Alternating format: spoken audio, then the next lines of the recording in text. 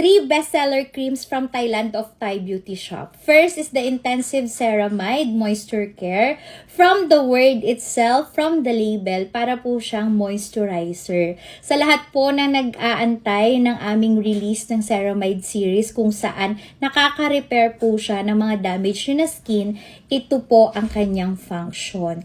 It contains 3 types of ceramide. Meron din po siyang ascorbic acid, alpha-arbutin.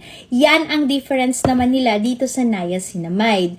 Nakafocus naman po si niacinamide sa whitening. Sa kuyukot, batok, singit po ninyo, sa mukha po ninyo. This is so friendly. And for so many years, ito po yung pinagkakatiwalaan. For so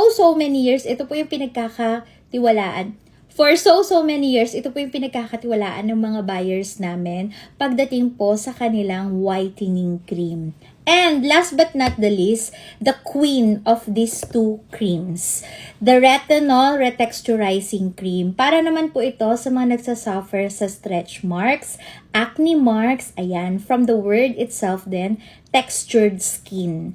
Anything na peklat, anything na mararamdaman, imperfection po natin sa ating skin, pwedeng-pwede po ang retinol.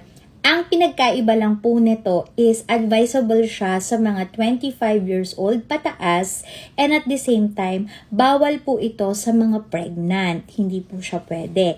At pwede lang din po itong i-apply sa gabi. Hindi rin po siya dapat ina-apply sa umaga. So lahat ng creams po namin na to is 250 pesos for 200 ml.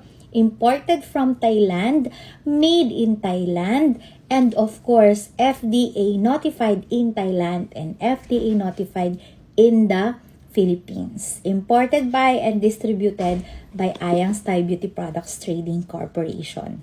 At libo-libo na po ang buyers namin neto, and sana ikaw na ang sunod na matulungan ng creams namin.